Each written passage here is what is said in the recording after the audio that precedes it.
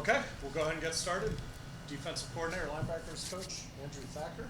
We'll open right up for questions for Coach Thacker. Kelly, if you want to get us started. Andrew, going back and looking at the game, it seemed like there was just a lot of sort of technical breakdowns from guys and guys not maybe doing their assignments and stuff. Kind of, I guess, how do you adjust to that in a game, and what do you say to the team like this week as you get ready? Yeah. How do we adjust to it in the game? Did a poor job of that. We had everything from technical failures that you just mentioned right there to communication failures to making plays. Making plays is a big piece of it right there. There's nothing that was acceptable about that performance. You asked about the next piece of how do you move on. Don't want to be redundant with my answer, but do want to be honest about it. We're channeling a lot of energy, a lot of frustration, a lot of anger, a lot of resentment, and we're channeling that energy into what's next, and that's Virginia Tech. We've been here before where we've had a performance that we knew was unacceptable, and we've responded, and don't expect anything less. But for whatever that's worth, making sure that it's not, let's turn the next page and not think about that game and move to Virginia Tech because it's a new week. It's not completely that. It's let's make sure that we understand what we just did because we have the opportunity, we have the chance, and we have demonstrated ability before where we've played really good defense. And what we did on Saturday was not indicative of that. We had no identity. We didn't stop the run. We didn't stop the pass. We didn't create negative plays. And they made plays over us. So we got to be better in all phases, coaches, players, and thought as a collective, when human nature tells us to send a lot of blame, there was a lot of responsibility taken on both sides. So ready to channel that energy into Virginia Tech. Rod. You talked about during the bye week you did some evaluations away from the heat of the action, that type of thing. I guess that evaluation continues as you move through the season, and not necessarily looking at the above the line, but do you adjust the number of reps a player gets based on those evaluations? Absolutely, yeah. I'll be blunt about it. We're never going to throw a kid under the bus.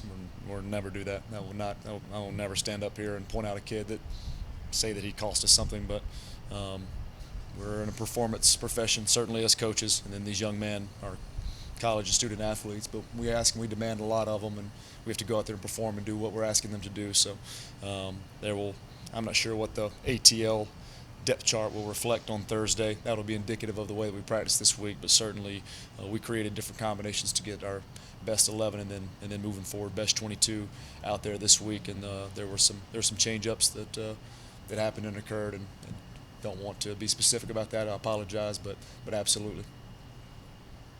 Okay. I think through the first 4 games you had something like 8 forced fumbles, and then you had, I'm not sure, any in the last 3. Is it our teams being more cognizant of that? They're more prepared, or is it you guys aren't doing a good job, or some of both? Yeah, that's part of when I talked about what was our identity on Saturday. There was nothing that I could point towards, which is not acceptable. Before I could point towards an intangible identity, not just a stock and gray, but we were attacking the football. We were creating chaos. We were getting negative plays. We were creating takeaways in games. We trained those behaviors for a long time. We talk about it. A lot of people train those behaviors. Literally, that came to the consciousness this week. Like, the deeper you get into the season, the more banged up you get, the faster the whistle you blow when you're practicing those reps, and we cannot let that pass. We have expectant belief, not to be cheesy, not to be corny, but we do have expectant belief that at some point there's going to be another game, another moment. Expectant belief that it's going to happen in Virginia Tech, that once it starts, the momentum happens and the ball just pops out. But we've got to make sure that we're very conscious of not getting scheme specific, not getting in our feelings because of previous deals, and make sure that we're training those behaviors specifically attacking the football. It's the number one statistic that's indicative of wins and losses and momentum changes in college football. And we had one that wasn't deemed one on Saturday that Wesley was able to pull out in a competitive situation, but we literally left the game with 0 takeaways, which is not acceptable. Anthony. You and Coach Collins have talked about your team just being able to respond to adversity a lot, especially in the losses this season. How would you just describe their progression of just learning how to figure out how to overcome that. Because of course, I know paying attention to details and hitting assignments plays a factor. But what about their progression by adversity? He does a great job as a head coach of establishing and maintaining a culture. Most humans, most football teams are mood dependent. They play hard when they're in a good mood. They respond to adversity when they're in a good mood. A lot of that's indicative of wins and losses. And then he does a great job of creating objective goals for them each week throughout their process of their practice week, and reframes their mind every week. Then kind of how I answered Kelly's question. It's not rainbows and sunshines and roses, and we're just going to move on. And Virginia Tech, everything's going to be good, and we're going to just win that game because we've got a great culture.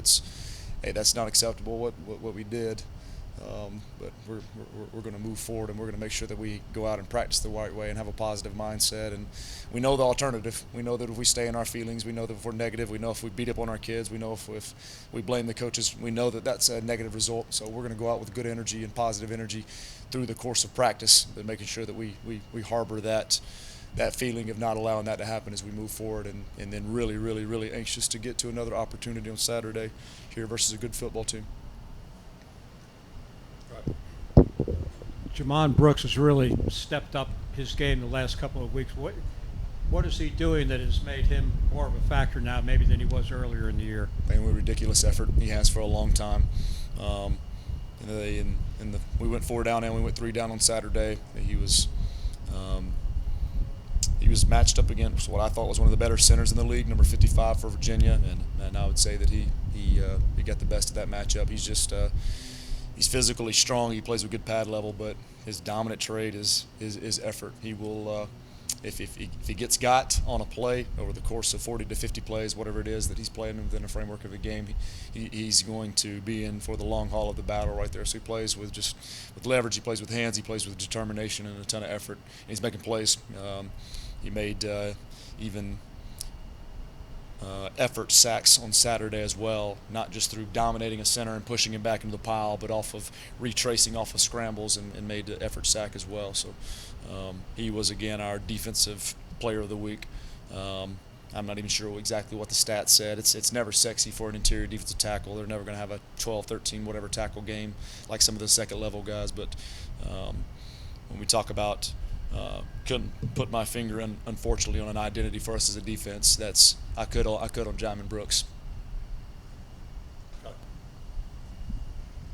I guess, what do you see from this Virginia Tech team? Their backs are very much against the wall in their situation, and they catch the ball well. But what do you see, I guess, from the offense, and how different is it from maybe 2 years ago when you guys last played? It was a lot different personnel-wise. Yeah, they had the quarterbacks kind of shuffled around preseason right there, and then working through 3 to figure out, what's his dominant trait. He can absolutely roll. He can slide. He is an elite accelerator, an elite runner right there. He threw the ball incredibly well. It was no secret in the Notre Dame game. I think it's almost 3 weeks previous. He literally came out publicly and said, my shoulder is dead. You could see him in the game literally trying to wind his shoulder up because he lost feeling in it. So you saw that affect his throwing motion. Now we're almost 3 weeks extended from that moment, so I'm sure he's had an opportunity to get healthy and play better as he did this past week. The other thing is it's like anybody. They're a 3-4 team, so certainly they're not pleased with all their performances. They're looking for an identity.